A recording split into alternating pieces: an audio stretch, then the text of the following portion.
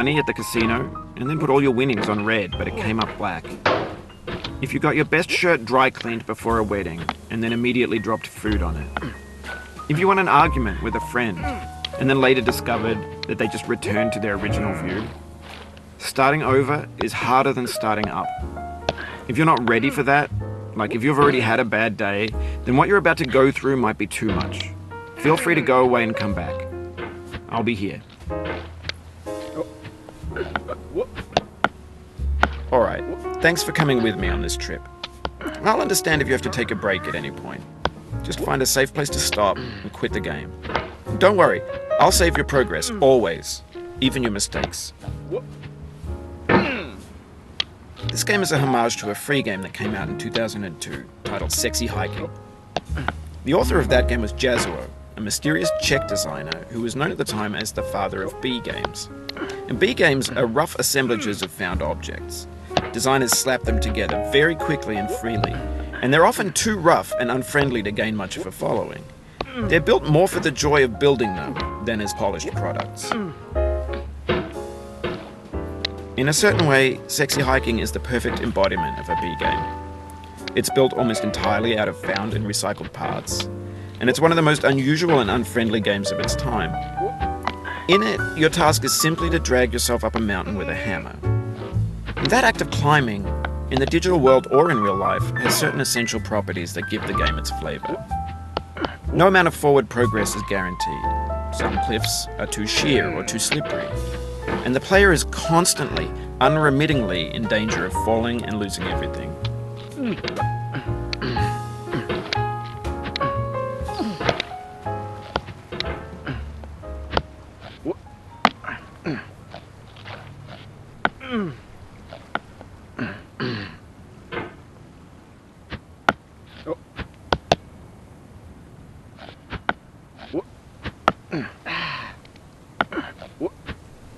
Oh, you just lost a lot of progress.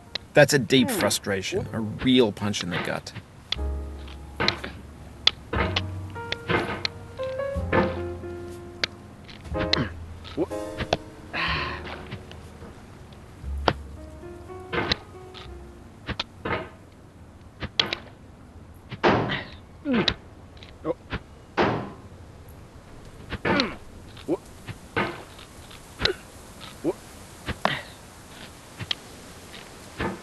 Anyway, when you start Sexy Hiking, you're standing next to this dead tree that blocks the way to the entire rest of the game.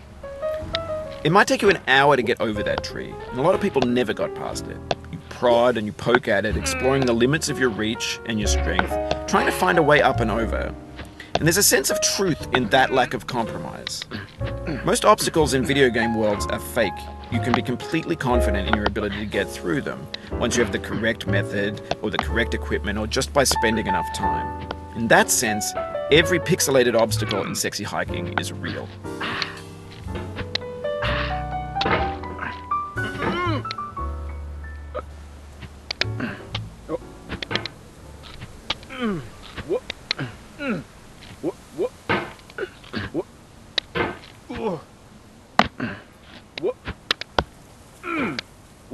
Oof, sorry about that.